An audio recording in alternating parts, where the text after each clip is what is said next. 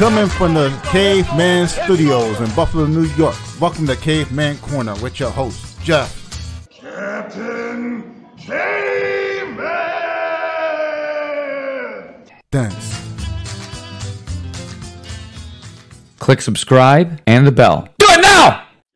We're here live with the Iceman, John Scully. How you doing, John? All's good. How are you?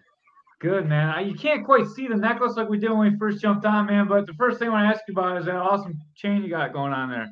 Right. The Iceman chain. I've had it for 31 years. I bought it in 1993 in New York City after one of my fights. And I did it kind of like I was inspired by Macho Camacho when he had the big chain, said Macho. But I was never like that brash, I couldn't pull off a big chain like that, so I got a little one, but I still wear it. Awesome, man. I think that's such a cool story. Like the first thing I noticed about you when you jumped on is you were like all relaxed, and I saw the chain, and that's the first thing I thought about, and I was like, man, that's cool. And like you see all the big guys got the chains now. It's not like it was when you were fighting, Not everyone's got one, but I think it's so cool because it's just the right size for you. I think it looks really good. For sure. You fought, you cornered, and now you're like putting together like reunions or something. So we wanted to bring you on. Ray saw you putting together a reunion, and we wanted to help out. So tell us what you got going on with this boxing reunion. So I've been doing boxing reunions for about, I think my first one was actually in 2014, so 10 years ago. And what I do is the way it started is I can tell you how it started. I was in Gleason's gym in Brooklyn, New York in 2011. And we were at an amateur show and a bunch of guys I was amateur with. And I remember it was Junior Jones, Al Cole, and Lonnie Davis, and a couple others were there. And we hung out for a little while, and it was really great. And then not long before that, I was at the International Boxing Hall of Fame because Mark Too Sharp Johnson got inducted that year, and we were amateurs together. And at one point, we were on the stage at the memorabilia show, and it was me, Mark, Michael Moore, Kevin Kelly, and Shambe Mitchell. And we were all like the class of 1988 as amateurs. And after both of those events, I just remember thinking, man, it was so good to be around these guys all these years later. I said, with my contacts, I could organize something and get a whole bunch more people together. And I did one in Las Vegas. And I mean, Roy Jones was there. Lamont Brewster was there. Mike McCallum, Alex Ramos. I mean, so many people showed up. So since then, I've done them in Las Vegas, Los Angeles. I've done them in Detroit. I've done them in Foxwoods Casino in Connecticut, the Mohegan Sun Casino in Connecticut. I did them in Boston. And I have another one in New York City, August 10th, which is a Saturday. And, I got right now, Junior Jones will be there. Iran Barkley will be there. Al Cole will be there. William Guthrie. Lots of guys. And then we're just it's free. All the boxers, and not just boxers, but trainers, managers, promoters, whoever. We just come and we hang out all day and have fun. So it's free to the public, or like how? Yeah, I primarily the target audience is boxers, trainers, coaches, but there's nothing to stop regular people from just coming. So if they come, they come. But it's primarily for the box. I put it this way: if we reach capacity and we have to throw some people out, it's going to be the people that weren't boxers, and they're going to have to go first. So, wow, this is crazy. You guys don't sell merchandise and sell autographs and stuff while you guys are there? Or? What we do last year, a guy named Eddie Montalvo, a friend of mine, he used to be an amateur boxer back in the day. He made a bunch of T-shirts, and we did it to raise money to help Wilfred Benitez, donations to Wilfred. And he sold out. He sold them all in one day. He sold all of them. So I don't know. I don't know if he's going to make more for this year or what. I probably should turn it into a way to make some money for some people. But really, I've always I've never had to pay to use a place. It's always been complimentary. I've always gotten it for free. So, and this is no different. Dave Diamante, if you know Dave Diamante, the ring announcer, the guy with the long dreads, he does all the big Oh fights. yeah. Right. Yeah. It's his bar and lounge that we're doing it at. So he's not charging anything. He's just happy to have all those guys be there. That's so cool, man. Like, Yeah. man, I thought we were gonna help you try and sell a bunch of stuff, and this is like Yeah. the coolest thing ever. Like, that's way Yeah. cooler Yeah. than like I helping. mean, people can come. I mean, I'm sure nobody's going to charge for autographs. You know, I would be surprised if they did. You know, I mean, if some guys want to, if some of the fighters bring something to sell, well, you know, that's okay with me. You know, like Yeah. if you get a world champion and he's there and he's got some T-shirts he wants to sell and somebody wants to buy them, I have no problem with that. Yeah, that seems like you're missing an opportunity, a little bit of opportunity to make money, but like at the same time, like they're giving you like a free venue, so it's just like cool hangout. That's so You know, cool. to be honest, like it's funny you say this because until you said it just now, it never occurred to me to make money off of it. I've always done it just to hang out. Like it never dawned on me that we could make money. I just like, I mean, I literally love being around these guys, like guys I fought. You know, last year, like I did it at Dallas Barbecue on 42nd Street last year. And I mean, Joe Lipsy, who I fought, if you remember him, he was a ranked contender back in the day. He fought Bernard Hopkins for the title, and him and I fought each other at the Nationals in 1988, and I hadn't seen him since. And we didn't even really know each other until very relatively recently. So I met him there, and at my one in Las Vegas, I met a guy I fought at the Nationals. Actually, the day before I fought Joe Lipsy, I fought this guy, James Saunier. This year, I have, it looks like Darren Allen is coming, who him and I fought each other twice at the Olympic trials in 1988. And he was a world amateur champion. And he told me today he's probably going to be there as well. So we're going to have some nice people there, some great memories. It's going to be really good. Man, that's so cool. I got an idea for you. You guys should like get up on some kind of stage and I'll have mics and just do like a little sit down podcast for everybody and then just charge people to come watch that and then like a meet and greet and then you guys can all hang out too. Like you can hang out, have fun, it won't be a big ordeal. Yeah. Just get to talk and everyone listens to you guys and then like it's possible. We got to see how many people fit in there because now I'm just inviting all the fighters, and you know Dave has a pretty large place, but you know it's not Madison Square Garden, so yeah. I don't know how many people we're going to be able to fit in there, and hopefully we don't have to turn too many people away. Yeah, that would be so cool. It's so easy. Like, there's so many ways to monetize stuff nowadays. Like, for sure. And then, like, maybe you guys can get all your travel covered. You know, can you imagine like making it just be a free trip for everybody, and then you get a couple bucks? You know, I've always, I wish we could do that. You know, that's why I do them East Coast and West Coast. So everybody, like, we're doing another one in Los Angeles in probably October or November. And I'm actually working now on getting I'm working with USA Boxing. We're trying to get, and I've talked to I don't know if you know, but the 1984 Olympic team, this is the 40th anniversary of all those gold medals they won.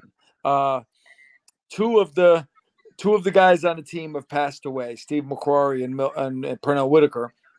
So the remaining 10, I'm actually friends with 9 of them. So I'm in touch with 9 of them. The only one I don't know personally is Evander Holyfield, but Henry Tillman, who was the heavyweight, he's friends with Evander. So he told me he'll tell Evander. So we're trying to do the 40th anniversary reunion in Los Angeles of the Los Angeles team. They fought in the Olympics in Los Angeles that year. So we're trying to do that. So I got some good stuff going on for sure. Man, that's really, really cool. Man, 40 years. 84 does not seem like that long ago to me, but I guess it is. Yeah. What did you think about Evander just fighting? He just fought recently, like last year. Did you see his fight? Well, he fought the MMA guy or something. Yeah. Yeah. I didn't watch it. I don't like any of that stuff. I'm not into any of that. I hate it. I'm not into it. Yeah, I was going to ask you about the Paul brothers. How you feel about that? Honestly, I've never seen Jake Paul fight before. You know, I've seen like a 5-second clip or whatever, but I've never watched those fights either. I'm not, I mean, he's doing what he does. Like I have no problem with him doing what he does at all. Right? People have said, "Oh, you hating on him?" I said, "No, man, I'm not hating on him. What I'm hating on, what I think is somebody needs to tell him is, you are not allowed to say you could beat Mike Tyson, you could trash Mike Tyson, you could." You would kill this one. You'd knock this one out. You're going to win the world title. I mean, you're a novice professional. No matter how you slice it, you're a novice professional. You're working your way up like everybody else does. But everybody knows. You never see a guy with 3 fights talking about, he can beat, Shane Mosley. He can beat Vernon Forrest. Like you don't, everybody knows enough not to do that. That shows his inexperience, that he doesn't know enough. Or he just doesn't care. But people are into it. They think it's entertaining. I'm not entertained in the least bit by the nonsense when I know it's not real. I don't care at all anything he has to say, in that realm, because it's just silly. And if I was training Jake Paul, I would say, look, man, don't disrespect these fighters by you as a novice with no amateur background. You're a novice pro. Like if they had a levels of pro, you're still a novice. You're not allowed to disrespect these guys. It's period. I'm not training you if you're going to do this. I understand you want to draw attention, you want to make money, but if you're good, your work will speak for itself. You know what I mean? You can get notarized, whatever the word is, noted, whatever, without disrespecting these guys who in their primes wouldn't even spar with you. You wouldn't even be good enough to spar with them. So that's my only problem with it. But on that end, I don't watch. I love Floyd Mayweather, great fighter. I've met him a few times. He's always been cool. But I'm the only guy on planet Earth that did not see the fight with Conor McGregor. I did not watch it. I was in a hotel pool while the fight was going on. I was swimming. I never watched any of his exhibitions because I know it's just not, not real. It's not the real boxing. I don't watch this new thing they have. And again, no disrespect to the guys in it, but they have this like team boxing where I guess a bunch of guys fight one round, and they it's a team against a team, and I don't watch that either. That's crazy. I just want to see 2 guys in a 4, 6, 8, 10, or 12 round fight, and that's it. The one thing about Jake Paul I have to say is, even though he talks a bunch of shit about like older, like pretty much over the hill fighters, no offense to like Mike Tyson, he's 58, he's old as shit. He's like too old to be fighting, and like same thing for like MMA guys he fights, but he's bringing them a paycheck. And like they both get paid, and well, that's my point though. He's bringing them a paycheck because he's bringing eyes to the show. Right? I'm past that. I don't see it as a show. I'm not, I don't want to see that. I don't, I don't fall for the okie doke. Like, oh, we're going to, my brother who's an idiot, as far as boxing goes, he's an idiot. He doesn't know. He thought, what's the guy's name? Conor McGregor. He thought Conor McGregor was going to knock Floyd Mayweather out because he was big, because he was bigger. And I told him, I said, you are the guy they're targeting. The fight is big because there's a million yous running around who believe that. And I told everyone, you can look up online, you can see interviews I did before the fight.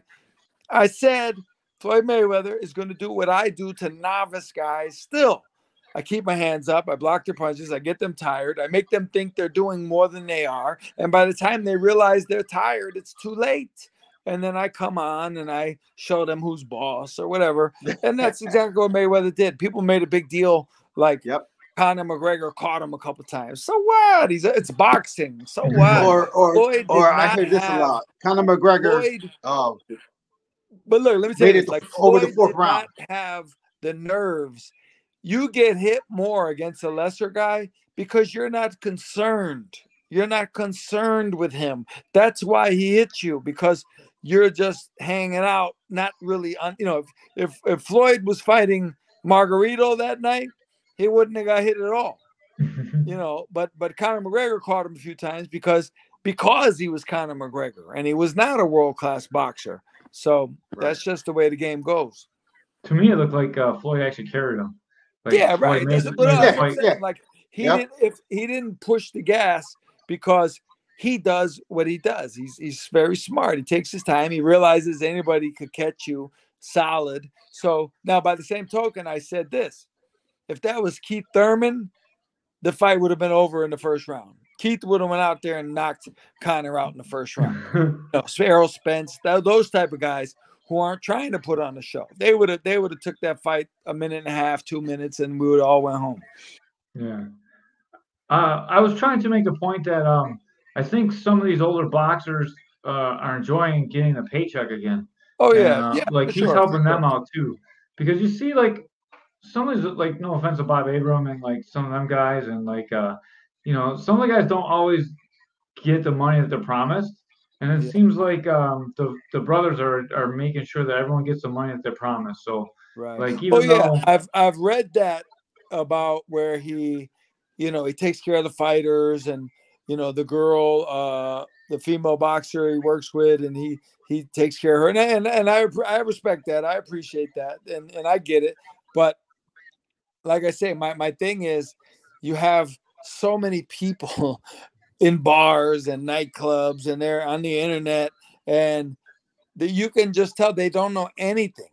They think they're an expert because they're a Jake Paul fan and they watch him and they think it's real boxing. I have people telling me Jake Paul would beat. I read a thing where he mentioned Beterbiev.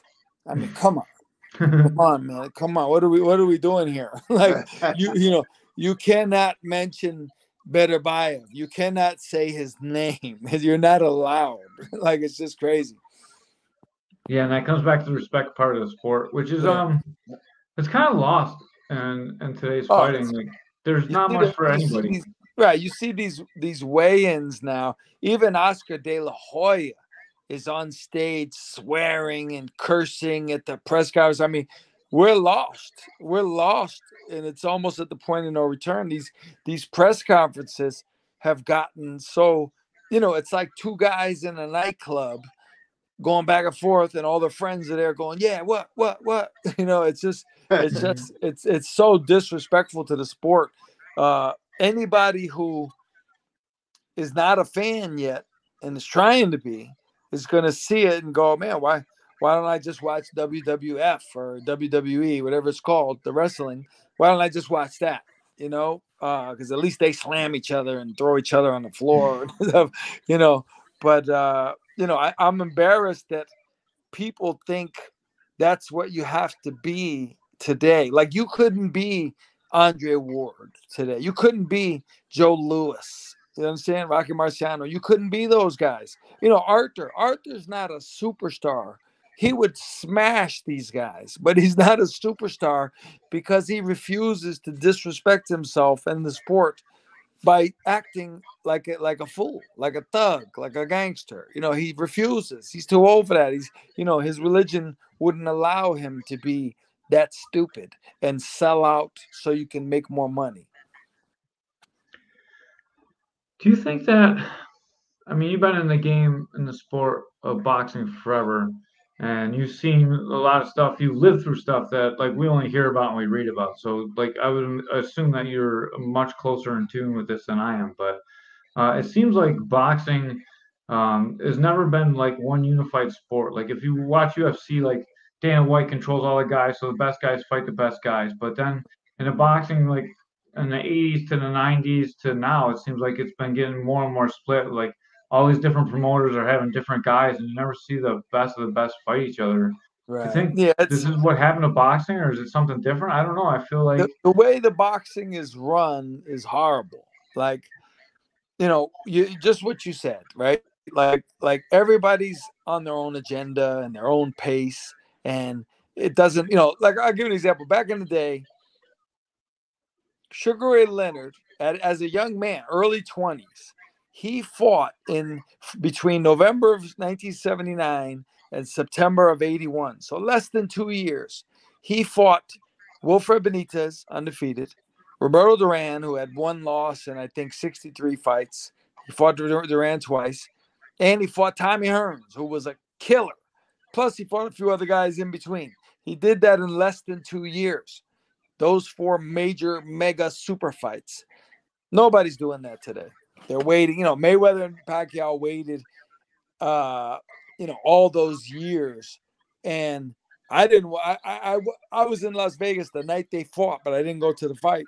I went to my friend's house, and I think we got there late, and we watched like the last 8 rounds for free on his hot box. And then we went down to the strip and we hung out because all the boxing people were there and the fans were there, and it was fun. But I had no interest in the fight really because I knew, for one thing, I knew Mayweather was going to win. Like, that was insane that so many people were convinced Pacquiao was going to win. And no disrespect to Pacquiao at all, but that fight was all wrong for him. And I knew everybody. I think they knew that. But it was just such a thing where they waited so long, and I'm like, Sugar Ray Leonard would have fought both of you already. You know what I mean? Come on, man. What are you doing? You guys, Sugar Ray, by the time he was, I believe, 24, he had already fought Duran twice, Benitez and Hearns. And you guys are waiting till you're 49 years old to fight each other. Come on. Like, what are we doing here? So the boxing, the game, and I think Mayweather's to blame now for the fact that he stressed the business so much that everybody's scared to lose that. Oh, they want to, And I remember Mayweather, I was in the gym in Las Vegas back in 2003, and he was in the gym and he was talking about then, like he was like, Ali lost, Frazier lost, Sugar Ray lost, Hagler lost. I'm the only one who hasn't lost. So even back then that was his thing. And now you got guys that nobody heard of, that I barely heard of, and they're talking about I'm undefeated, and it's like, come on, man, like that's not just the goal here. You're trying to become a real professional fighter. Anybody could, anybody with some talent and backing could be undefeated for quite a long time if you really wanted to go that route. I think that's the one thing that boxing does much better than all, like UFC, or not even just UFC, but MMA. And MMA, like, you're fighting killers like all the way up to even make it to the big show. And boxing, you get taken up. Like, you fight guys that make maybe he's got a really good jab. Oh, he's got a really good cardio. He can take some shots. So you're gonna have to go 4 rounds with him. You're gonna have to go 6 rounds. You work your way up with like good competition, and so you're built up, and by the time you're fighting, if you get a couple losses in the beginning of your career, like, it's kind of over for you. So you really do need to get to like 12-0 and like 15-0 before you can really start getting, start moving up the ladder in pro boxing. It's a lot different than MMA. Like, you see MMA guys are like 12-4 or like 12-5, and they're good. They're good as shit. Yes. Well, that's what I mean. Like, my father got me into boxing. He was a boxing fan since the 1940s.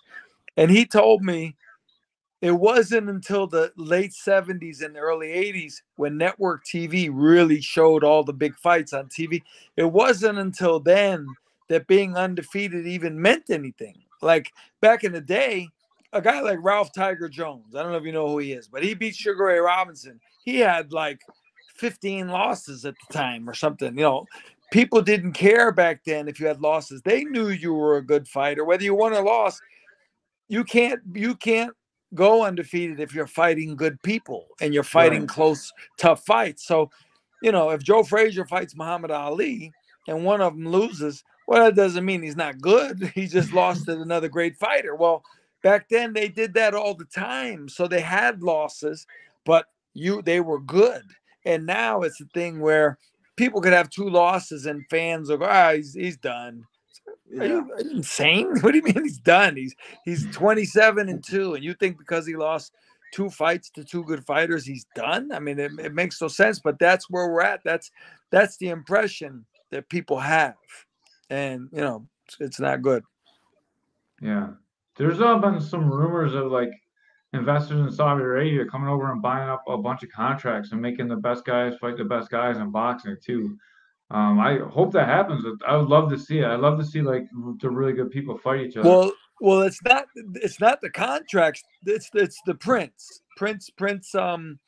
I forgot his name. It's an odd name, but it's the Prince over there. He wants to buy up the promotion companies. He wants to buy Top Rank, Golden Boy. He said, I'll buy all of them and I will have everybody fight each other under my umbrella. And, which is going to cost him, it might be $1 billion, but Yeah. if he wants to do that. But so listen, you're primarily MMA, right? Correct. Now, you know who Platinum Mike Perry is. Yeah, for sure. Of course you do. It's funny, if you go to my YouTube channel, I knew Mike Perry before he ever got fame, before he ever even joined UFC. He was in the gym with us in Florida when I lived in Orlando, Florida, and we were in a gym in Winter Springs. It's called UFC, and Mike and I were coaches there. We used to do classes, and he was always like entertaining, and he's funny. Like actually, like the way you see him now, he's always been like that. He was like that before you even knew who he was. He always even in the gym, he was like that.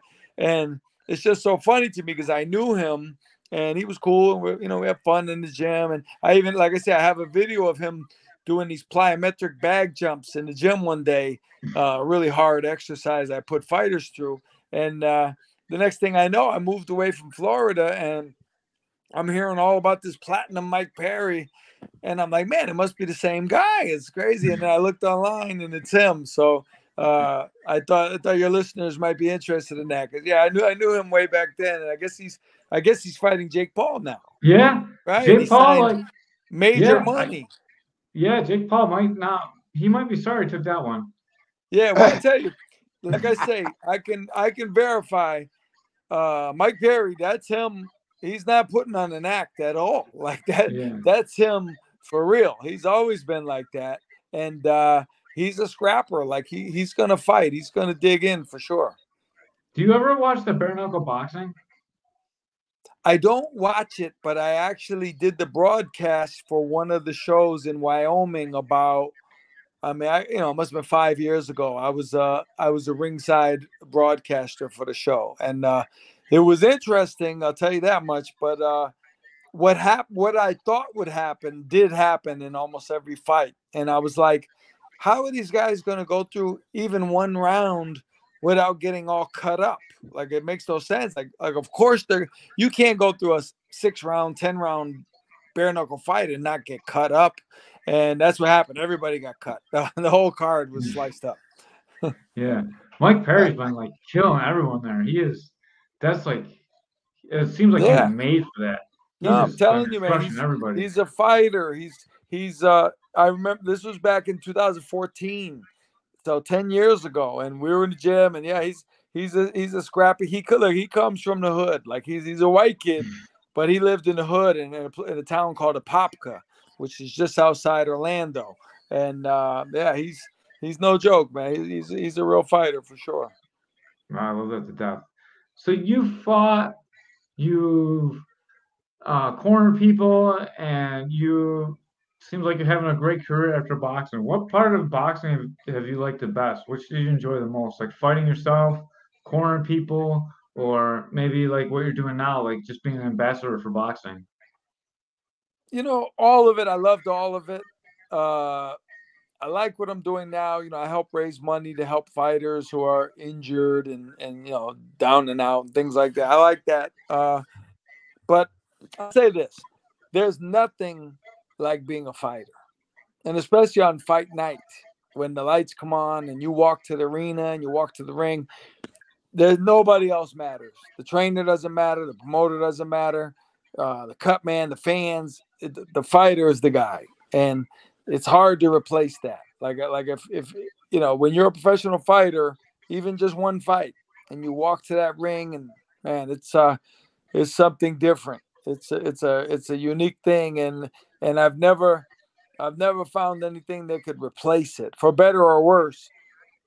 The feeling you get, like there's nothing like that. Even I'm a trainer, and I've trained some high level guys, and we're in the ring, and everybody's in the audience. There's 10,000 people in the audience, and HBO or our pay-per-view or whatever we're on, and the camera's right there.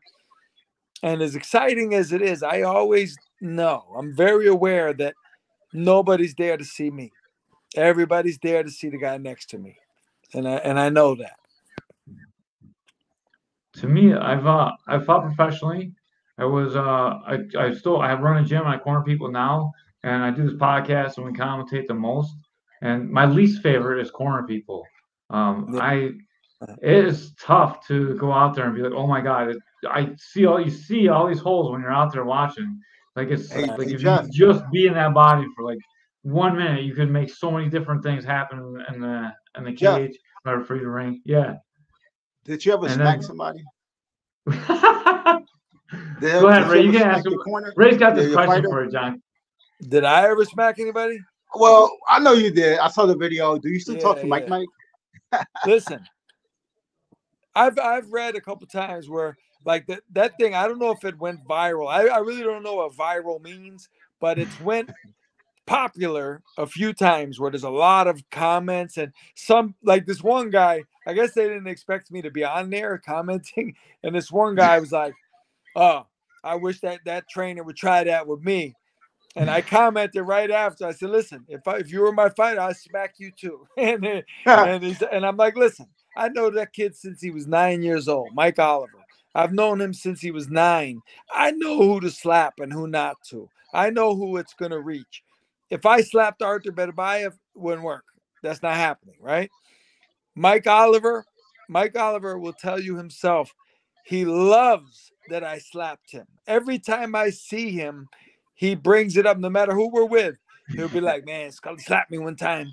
And they're like, "What?" He goes, "Yeah, man, we were in the corner and I wasn't focused and he slapped me and he ended up winning the fight." So bottom line is he won the fight. Now, whether it's because I slapped him or not, you could debate that, but it obviously didn't hurt because it was a 12-round fight on Showtime and he came through. But yeah, Mike, the only one I care about is the fighter. I don't care what any fan thinks about what I did.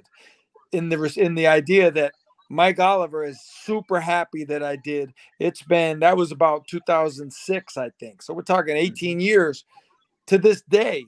If he was sitting next to me, he would tell you, "I love it, man. I love it. Scully slapped me, man. It was great. It was great." I think it's a good thing. Yeah. Ray's like, I don't like slapping. But you know what? I think it's a good thing because Tito when you Trinidad's slap him, like you got his focus on, him. Tito Trinidad father. You can go to YouTube and watch him slap Tito. It worked. It worked with him too. So you have to know who you can do it with. I've had a lot of fighters. I would never do it. But some fighters, I can think of a couple that if I slapped them, they would be so hurt and confused, they wouldn't even know what was happening. But Mike is a different kind of kid, and I knew where he came from, and I knew his mentality, and I knew how he grew up, and all that. So I made a very calculated decision to slap him, and it worked. Definitely, like people understand. First of all, like what we're doing in the cage and in the ring is completely different than what 90% of normal people do. So like what you do in real life is a lot different than what you do in the cage or the ring. Right. And then second of all, like unless you experience where your mind can go, like I always call it getting lost in the lights. Sometimes these guys get lost in the lights. They're like not inside their body. They're just like it's almost like they're looking down and things just aren't crisp for them. And sometimes you need to do something to change that. And I've seen that happen a lot in my fighters. Yeah, for sure. You got to know your fighter, man. You can reach them. There's some things you could say to a fighter in a corner that would be, huge for them, right? And there's other things you could say the same thing to another fighter, and he'll look at you like you're stupid. Like, you really think that's gonna work with me? So you have to, as a trainer, part of your job is to know the guy and to know how to reach him and what you can get away with and what you can't. I almost don't like that the corners are so mic'd up now and you can hear everything they say. Kind of like the better in the old days. Like now, like I'm always worried I'm gonna get canceled for what I say in the corner because I say some pretty bad things sometimes over there, and I'm worried one of these times it's gonna get out there what I'm saying in the corner. I hear you. Oh man. So why don't you tell us a little bit more about your boxing career? What was it like back before we were when we were kids? When you grew up? Well, I fought amateur, on I was a Golden Glove champion several times, and I won a couple national tournaments, and fought some top level guys, and it was probably my favorite part of my career. And a lot of fighters used to tell me this when I was amateur. Pro fighters would tell me they liked being amateur better. And I remember thinking, man, but you're on TV and you're fighting at the Civic Center and all this stuff. But now that I've experienced both, I understand what they mean. And I appreciated the amateurs better. I mean, I got to travel. I went to Canada. I went to Puerto Rico. I went, tons of states and met so many people. Yeah, Buffalo. Yeah, you can't leave Buffalo out. And it was a great time, and I'm actually still in touch with a lot of the guys that I fought with, and even one of them, at least one of them, is planning on being at the reunion in August in New York City. So, and I haven't seen him since I believe the last time I saw him was 1988. So I'll be seeing him for the first time since we fought. Wow, that's crazy. That's a long time. Yeah. So, talking about you were in Buffalo, we got to talk about the two Buffalo fighters. Do you know Ross the Boss Thompson? I know who he is. I've never met him. I've never seen him fight, but I remember him. And actually, the reason I knew him and knew his name was because at that tournament in Buffalo, he was from the Buffalo gym, and I was looking at the results one day, and his name was in there, and I saw him as my Facebook friend, or I saw him on Facebook, and I showed him a picture of the results. I think he was a young kid at the time. So that's, kind of my extent with him. But from Buffalo, I know, actually, I sparred with a kid, Les Ralston. Yeah, Les. Yeah, I sparred with Les once in about 2006. I knew Joe Messi a little bit. I was at his fight in Buffalo when he fought David Izon. I fought a kid named Rodney Collins, who was out of Buffalo, who's a good fighter back in the 1980s. I remember Virgil McClendon was Vernon McGriff, excuse me. Vernon McClendon was from Ohio. Vernon McGriff was from Buffalo. He was a top 125 pounder amateur back in the 1980s. He was really good. So yeah, I'm familiar with Buffalo boxing scene pretty much. We always got to talk about Baby Joe. That was our pride and joy for a while. Yeah, for sure. And Les is still really active. Roy Jones, right? What's that? You spar with Roy Jones? I spar with Roy Jones quite a bit. Yeah. Roy was in it from another world. But let me just say, I sparred with Les, and I remember I think they called him Fast Les. Was that his nickname? Something like that. Yeah. Fast Les, and yeah, he was very quick. He was very fast. He was a good kid. That was around 2005 or 2006. So I was retired at the time, but I still got in. I still work with guys, and I don't even know why he was around. I don't even know why he was in Hartford, to be honest with you. But we sparred at my gym in Connecticut. But I sparred with Roy Jones quite a bit. First time I saw Roy Jones was at the Nationals in 1987, and I didn't even know who he was at the time.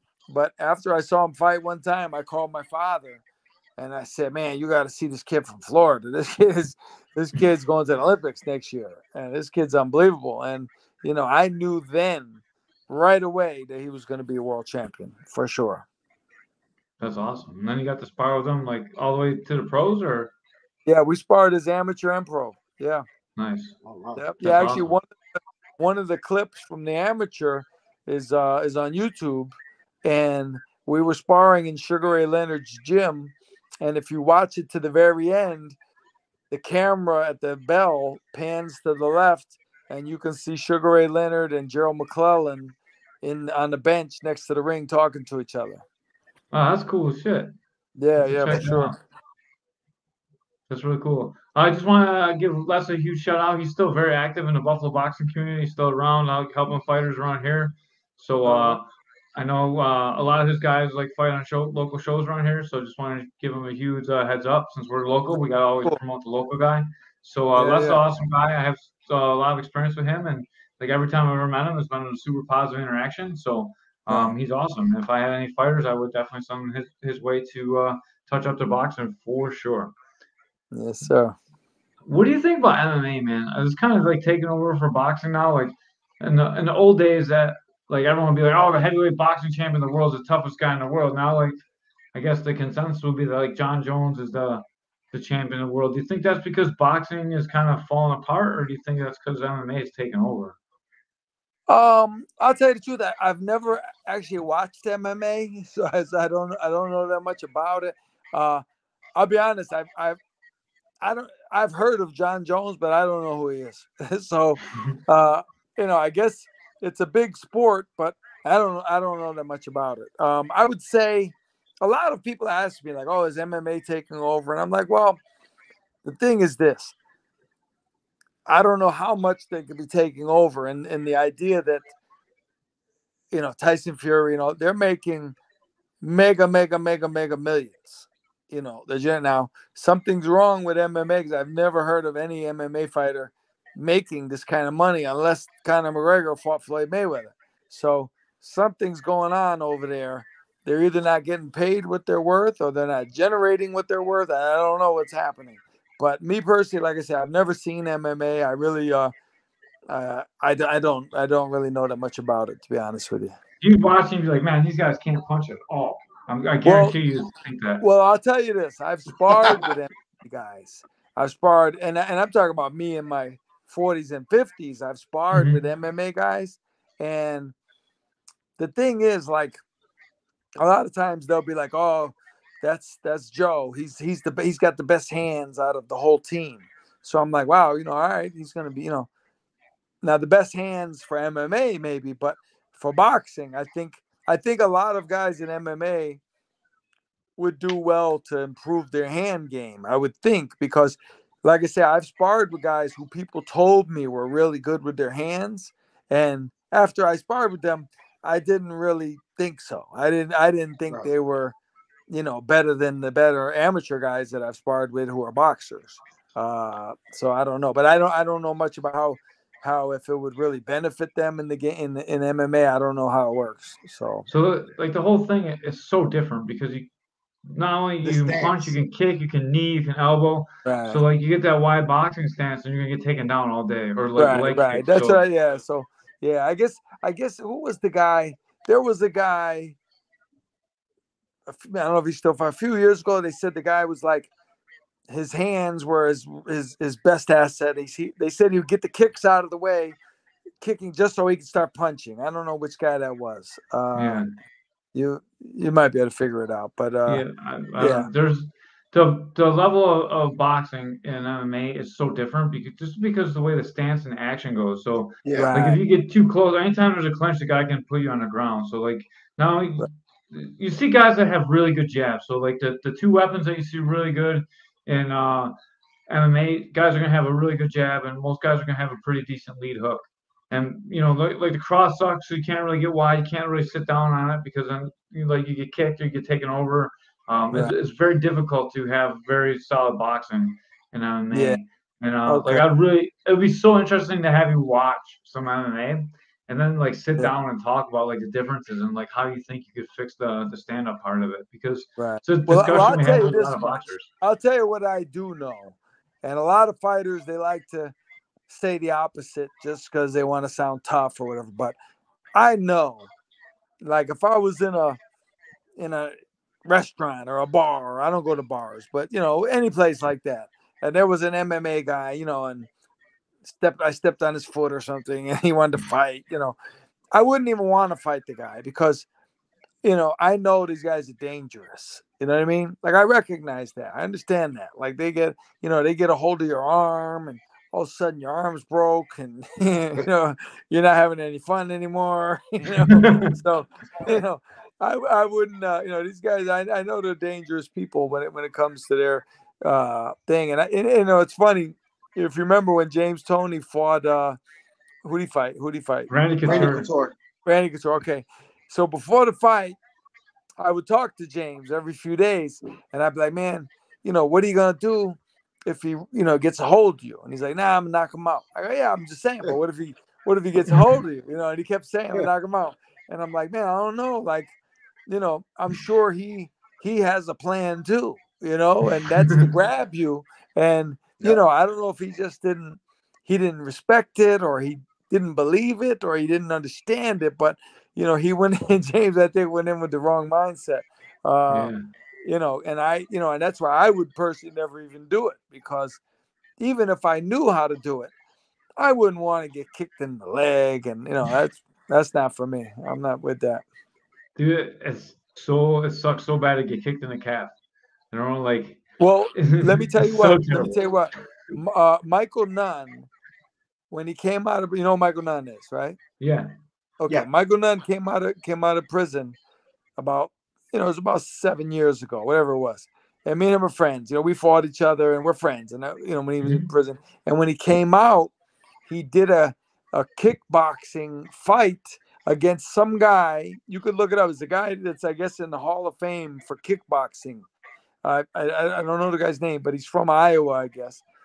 And they fought each other. And I talked to Michael after the fight, and it was so funny the way he was describing what it was like to get kicked in the leg. It was almost like he was a comedian, like he was Eddie Murphy, explaining to me how horrible it was. But he's like, man, I'm never doing that again. you can forget it. So I don't need anyone to tell me twice. I don't want to fight guys that kick in the legs, for sure. Yeah, it's a little sissy. I don't like it. Ray's a big leg kicker. Ray's all about the leg kicks. Our co-host over there, Ray. Ray's got a bunch of fights too. He leg kicked the shit out of one guy that couldn't even stand up anymore. It was awesome. Yeah, that's what I mean. I'm not going with that. I'm not doing that. Yeah. Well, man, I want to thank you so much for your time. One more time, how can people come to the gathering you're putting together, fighters? Well, it's at a place on 8th Avenue, right next to Madison Square Garden. You could Google it. Dave Diamante is the owner. I don't know if it's called Diamantes. I know where it is, and I know the owner, but I think it might be called Diamantes. But his name is Dave Diamante. It's on 8th Avenue, August 10th, which is a Saturday, and we're gonna be there all day, just hanging out, reminiscing, taking pictures, taking videos, telling stories, and doing our thing. Man, that's so awesome. I love that you guys are doing it, and it's not really to make money too. That's so cool. I think this is the first podcast we ever did that wasn't a charity one. That we weren't trying to raise money for somebody. So right. Yeah. This is so cool. Yeah, for sure. As soon as you said you didn't have like flyers or anything, I was like, man, how's he gonna make any money? That's the first thing I thought. And then I was like, oh, he's not trying to make money. I advertise it through Facebook and my text messages. I text message guys. I said, look, tell everybody tell all our friends, all the other fighters that I'm not in touch with. Just, we do the networking thing, and then it works out that way. Awesome, man. Thank you so much for your time, John. Yes, I appreciate you having me. You have a great personality too, man. You should definitely do your own podcast or something. Like, you should get a fighter one going on. Man, I've been hearing that more and more over the last few months. But as I tell my friends, I have no idea where to even start. I have no clue how to do this. But if I get someone to be on my team, I guess it would be helpful. So maybe I'm going to look into that.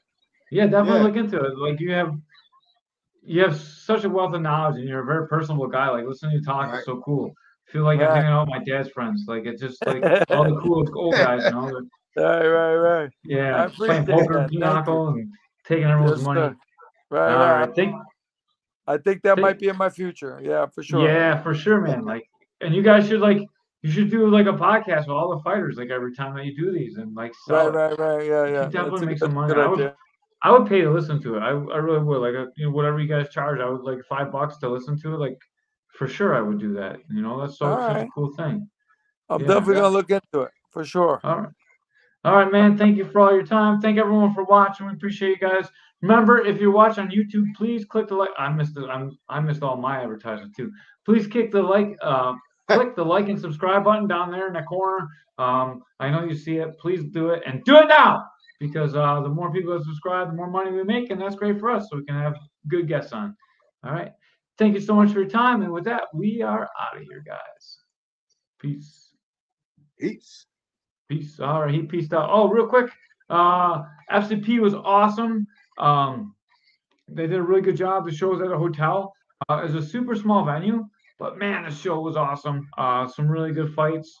Brandon Hay ended up getting a win, second round. You know, we've given him against Jay Smeltzer. That was a fight that was supposed to be on K4. FCP went and grabbed it, and man, that fight lived up to the hype. Brandon Hay got the second round submission. It was really great to see. Mason Lewis, his opponent was unable to fight, so he was not at the co-main event. Then Austin, or the main event, then Austin Rich Creek went from co-main to main event, and he won the title. He looked great. Those were the two really good fights. K4 King Gabe Vega, once again, now he's the FCP K4 or the FCP KO King 2. That's man, that's a lot of words for me to put together. Yeah. Gabe Vega looked super impressive, first round knockout in his Muay Thai fight for the title. It was supposed to be MMA up until a couple of days before, and then he ended up winning the title, first round knockout. Aaron's guy, Aaron fought. My guy, Aaron Ackley. His guy came in, weighed in 10.6 pounds overweight over the agreed 140, so he's 150.6. We got him down to 48.9 that night. We're like, fuck this, we want 46.5. So we asked him to come back to 46.5 next day. Made 47.8, I think, or 47.6 the next day after that. But we ended up taking the fight, and Aaron lost decision. He kind of lost the first round, man. I was a little bit disappointed in the first round, but the second and third rounds he fought really, really good. And I think if he would have came out in the first round, I think we could have won that fight. We lost 29-28 that fight. And then my other fighter, Amanda, she had an injury going into the fight, and she injured it like 2 days right before the fight. And even up until fight day, we weren't sure she was going to be able to fight or not. But she went through, and she ended up losing. I believe she lost all 3 rounds. I have to see the scorecards. We're waiting for the scorecards to come in. We're going to take a look at it. But she was unable to kick. So if you know Amanda and you know that she can't kick, you know how well that fight went for her, So she was missing one of her major weapons, wasn't able to use her legs, and it didn't go our way. She's looking to try and get a rematch in August, so hopefully we get that rematch. K4 is coming up very, very soon, just a few weeks away. August 3rd. Yep, August 3rd. Oh, I'm sorry, a month away. I thought this was July. I thought it was about to be August, dude. Oh, that's crazy. It's June. I thought it was the end of July. Hey man, got hit so many times, folks. All right, so 5 weeks from now, we're going to be having. We'll have some K4.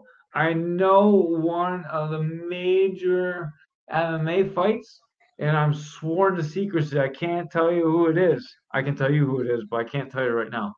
Okay. I will tell you when we're off the air. I promise I won't. I promise I won't tell nobody. So those announcements will be dropping soon. I know there's going to be some really good fights on this card. The last card started out great. He really had the card booked really, really well. And, you lose some fights. When you lose fights, then you have to reschedule fights. And, on paper, they don't look as good. But the fights were all really good last time. So, obviously K4 is one of the premier shows in the area. And they're always going to have a great card. And then FCP is coming up after that. And my man Butch is going to be on that card. So Butch is going to be fighting Derek Voorhees. And that's a fight I'm looking forward to as well. Oh, they're going to fight? Mm-hmm. Damn. Yep. That's going to be a good fight. Yeah, man. Him and Derek, that's a good fight. Don't you think? That's so fair. Yeah. That's going to be a good fight. Mm-hmm. Amanda's trying to rematch that girl on that card too. So she can get a rematch.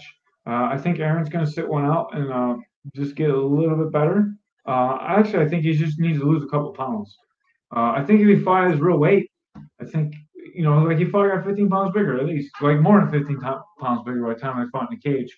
I did fatten Aaron up to give him a 140 because he wanted to fight 35. He was walking around 38. I was like, all right, you got to eat all this. So I got up to 140, and the guy comes in at 50. It's so hard. That sucked, man. Yeah. So we'll get him 35. Caster Combs is coming up in September. We got to make sure that we plug that one too. Yep. Andrew's been one of the best guys in the area. Been there forever. So I don't think I have anyone on that show yet, but I'm trying to book that one. I may have this guy Cam. I'm trying to get Cam on that show. I got a really good young athlete. If I could ever get him in the gym to train, he could probably already fight in August. But September would be a good debut for him too. In the city, Buffalo, it's close to his house. Not so bad. Yep. Cam is a good guy, good kid. Mm-hmm. And then my man Elfrey is going to be competing in grappling against. I can't say this, but my man Elfrey is going to be competing in grappling, not this K4, but the next K4, and he's pumped for it too. And it's a match we've been waiting for a long time, so be good. Hey man, I want to compete in K4. I want to do leg kick contest. Yeah, it's like a slap off. Yeah, but with leg I like it. We'll have to talk with man. Who do we even have to talk to? I don't know. We'll have to talk. Would it be Kilkenny or would that be New York State Athletic Commission? I don't know. We got to talk. We'll ask Tom who we should talk to. Tom will at least be able to point us in the right direction. I don't think like he can make that happen, but I think a leg kick contest would be awesome. Oh yeah. Start up before the fights. Have like 1 or 2 before the fights. Yeah, like I think that's the one of the best things you could do because look, you're not gonna get brain damage. Right. It's not like the slap contest, which is kind of like you're gonna get concussed no matter what. Unless you knock them out in the first slap. Right. Leg kicks, you just what? What's the worst you could happen with a leg kick? Break a leg? Well, you probably get compression syndrome, and then you have to get your leg amputated. That'd probably be the worst thing that could happen. Probably the second worst thing that could happen would be a broken leg. And then, like, the third worst thing is you just fall down and can't walk. Like, it's not terrible. For a combat sport, that's pretty low risk. You probably be like in a week. You probably had trouble using the bathroom for a week. Yeah. Especially if Ray kicks you in the coconut on accident. Check out our groin strike video. We have that posted too. I think I'll make another Caveman for President video. I think you should. Yeah. I gotta think of some funny stuff to put in there though. Be like Biden. Leg kicks and leg kicks. Leg kick Medicaid. Gonna leg kick Medicaid. Poor Biden. He's like a zombie. Dude, I feel bad for him, kind of. Like what a terrible choice you're left with. You're left with, like, no offense to Trump people, but all Trump does is like lie about stuff and like brag about himself. And then you got Biden who can't like put sentences together. Like it's a terrible election for the American people, man. I think without a doubt you should vote for Caveman for president. Take your extra vote, you just write in Caveman, and I promise you, I will take the same bribes that they're taking, but I will tell you who's bribing me, so you know what to listen to and what not to listen to. I promise to be transparent with my bribes. Yeah. Right? Yep. Yeah, I'm trying to think of like a video. I gotta make a funny video with that. Yeah, that was funny. Didn't you have like a weird haircut? Yeah, I did the bald cut. Yeah.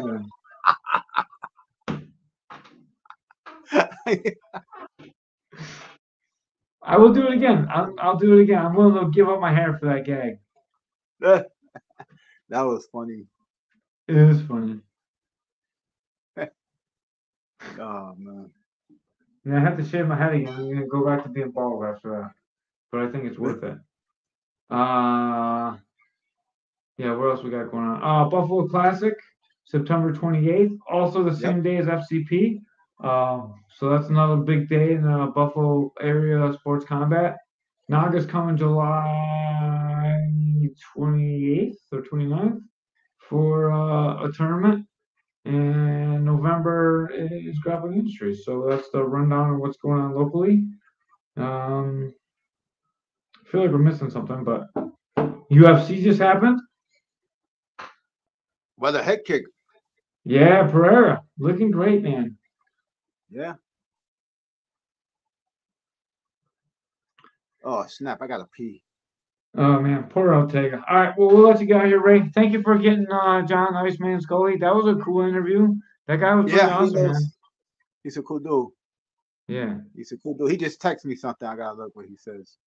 Cool. All right, let's we'll be back next week. Since you weren't here for the questions, I'm not sure if you were here or not for the questions, but Jared won the questions. He only got 2 right, so instead of 2 tickets, he only got 1. Yeah. Let's see if you can answer them, because they're all about you, since you weren't here for the podcast. Okay. All right. What is Raymond Arias's favorite pornography subject? Technical porn. Very good. What age group does Raymond Arias date? 50 and up. Yeah, very good. Very good. Well, grandma's would have been an acceptable answer too. Yeah, like, grandma's. Yeah, basically that's grandma. So. Yeah, well, grandmas can be in the 40s too. And you know what? In the hood too, they could be in their 30s. But we talking about the real grandmas. They gotta be able to bake banana bread for sure. They gotta bake banana bread, and they gotta have fake hips. Yep. And then the third question was, what Caveman's Corner guest talk about duct taping a hooker and putting her in the trunk?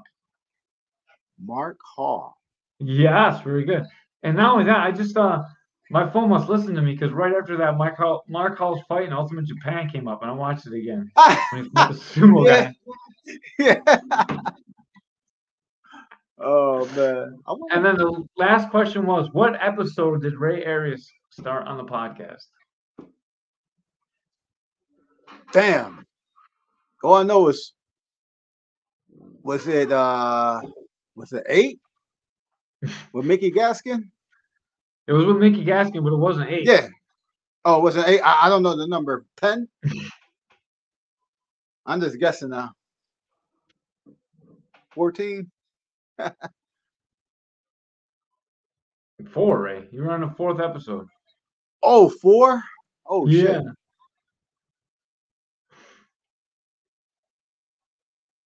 I did.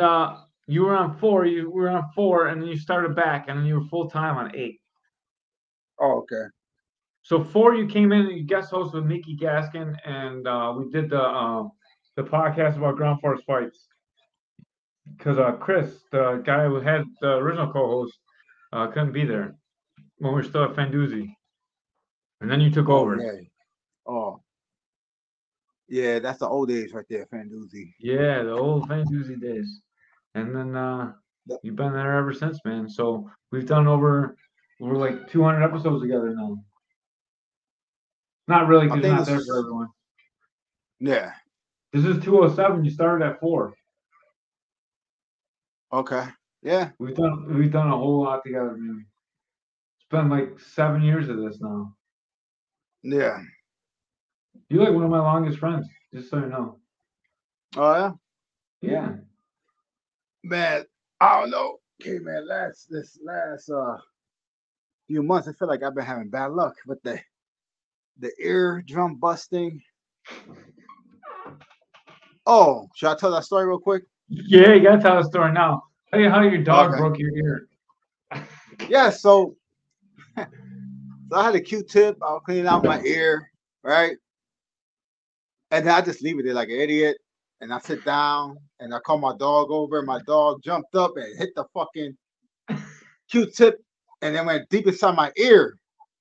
I'm like, fuck.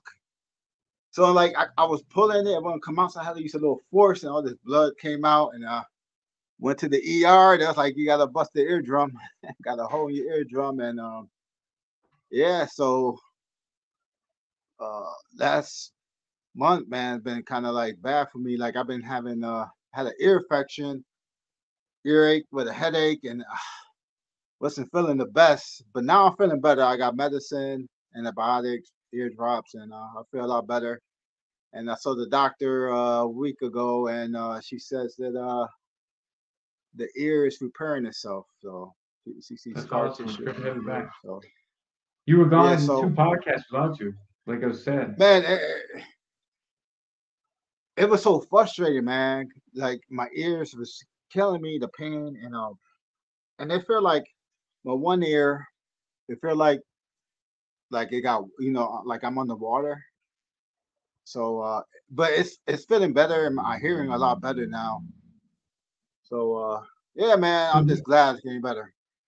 one ear feels like it's got water in it, and the other ear works pretty good. Yeah, I could That's still crazy. hear.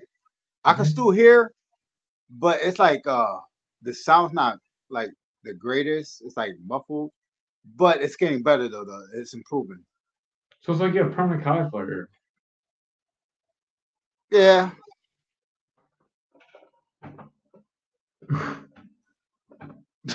Hard to hear with them things. yeah, yep. But it's Um, getting can better you though. put earbuds in? Can you put an earbud in there, or does it hurt like a motherfucker? Oh no, no, it don't hurt. It don't hurt no more. It don't. In the Good. beginning, it was hurting. Like my ears was all Mhm. red and like it was sore. Oh yeah, another thing too was like I was getting like discharge come out my ear. I put like Oh. a little cotton in my ear. I can't get the doctor don't want me to get don't want water to get in my ear. So when I took a shower, I put a little cotton, and I was getting a lot of discharge coming out my ear. Like I fell asleep with a cotton in my ear, and it got all soaked. I woke up, it was all soaked up, and it was like, oh, this discharge in my pillowcase and my bed sheets. It was nasty. Good thing you like grandmas. They're used to the gross stuff. Yeah, so but now I haven't had discharge in a while, and like I said, my ear feels better. Good, Um, man. I'm really glad. yeah, Good it's for just been the. fun. Last last few months been frustrating. Mhm. It's really been frustrating. Um, and then you know, my ears were sore, and it's better now. It's not sore no more. It's healing up. That's all I could ask for. Um, and then my legs was killing me for a minute too. My left leg, I've been having pain from like my butt cheeks, my glutes, all the way down to my knee, and then my legs. Yeah, It's you been you were killing talking me. about that when I was trying to Yeah, get you in the gym to train. yeah. I've been taking like pain med. I've been taking pain medicine every day, but now it's a little sore, and I haven't been taking pain medicine, so it's getting better too. Good, man. That's good. Then we get you back in Yeah, it was training, and like it was so frustrating. I had an earache, and then my leg was killing me. It was like I had to take pain medicine. It's like my knees were locked up. Like I had to drag my leg. It was hurting so bad. It was crazy. maybe the old is just rubbing off on you. Maybe you need to like go date an 18-year-old for a couple weeks, and you feel how good it is. Oh damn, that's messed up, man. Yeah, but I feel better though. I feel better. Good. Um, my legs feel better. And then I was kind of pissed off too because I really wanted to. I know you had some fighters, and I really wanted to help out with sparring and shit like that, and I couldn't do it. Yeah. It would been good to have you in because you're a great sparring partner. Hopefully, you're like Butch's size though, so hopefully we can get you and Butch like getting some rounds in for Butch's fight in Yeah, August. like That'd be great. yeah, I felt bad for Aaron. I wanted Yeah. to work with him, but it was just like a bad month, man. It was like legs was hurting, then my ears was hurting all at the same time, and I was really pissed. I was in a bad mood. Like I was, like I had an earache and a headache. I was snapping at people at work. I was like, what, and at home, what? I, I wasn't feeling good. It was now I'm feeling better now. So yeah, Good man. I'm sorry yeah, that you went through all that. I wish you'd read out more. I would always help you. Whatever you need, I'm here to help you with, man. yeah. It was. It was very terrible. I don't want to go through that shit again. I'm just glad I'm healing up, and I wanna, yeah. Me too. I'll help you out with anything. Oh, I wanted to thank the community too. So I don't like to really ask for anything ever, but the Western New York community really helped me out quite a bit. I went to the fights and I had my money box with me to cover the tickets because I didn't have all the ticket money, and I wanted to make sure that I had enough ticket money to cover tickets because the fighter tickets that the fighters sold were all in my name. So I wanted to make sure that no matter what, I could pay for the tickets. Because they're in my name. I don't want the gym to look bad. I know all the fighters are good for it, and they pay me back later, even if they didn't have it. So I had all my money in the money box, and it got stolen out of my car. So like Mm. all the money from the gym got stolen, and it was locked in my car. I had a T-shirt over it so no one could see it. The doors were locked when I left. When I came back, the doors were also locked. So I opened up the car, went in there, and I was driving home, and I stopped at the rest stop to go get food. I went to get money out of the money box. The money box wasn't there. I was like, what the fuck? But I didn't think about it. I was like, oh, I must have put it in the trunk with the gear.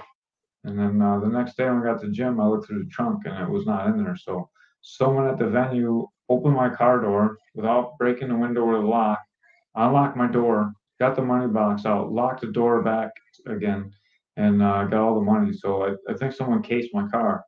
But all the community came together. My students made a GoFundMe for me.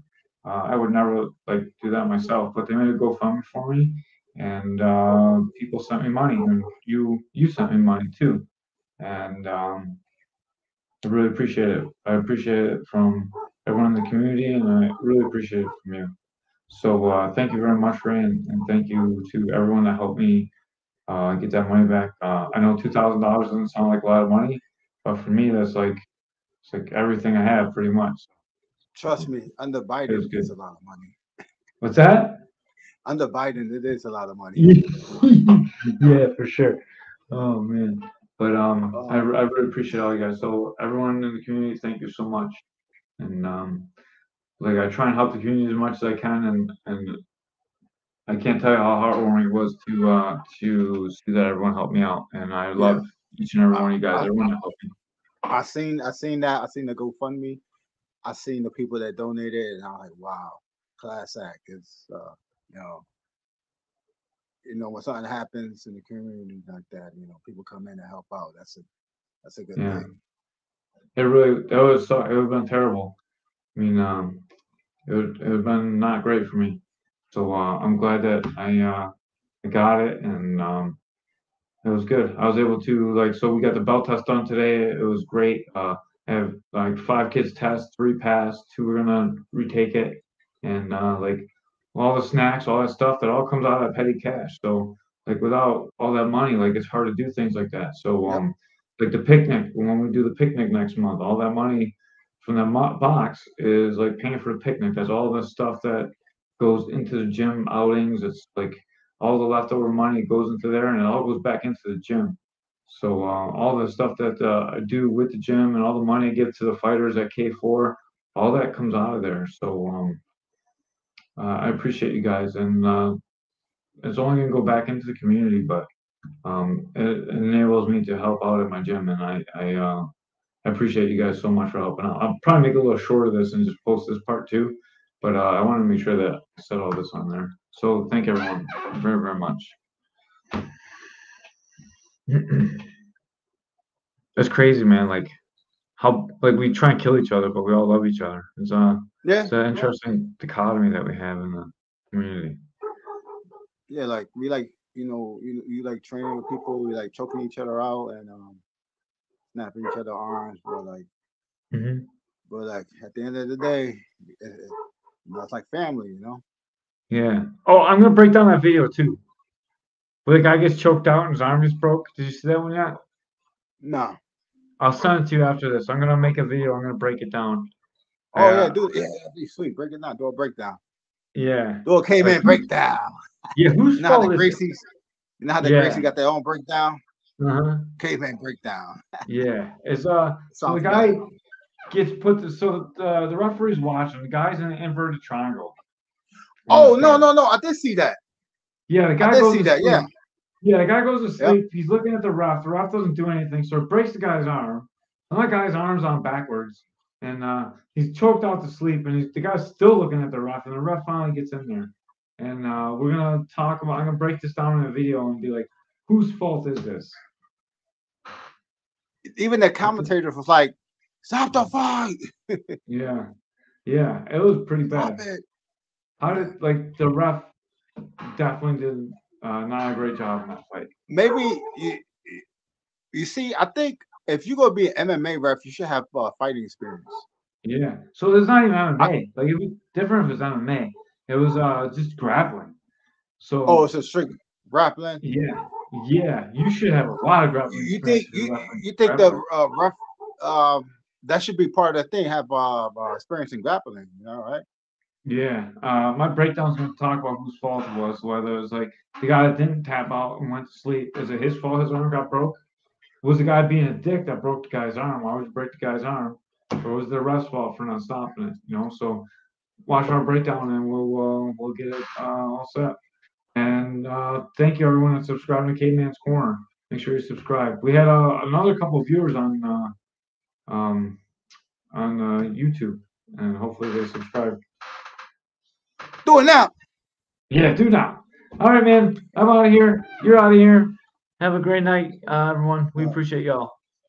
Peace.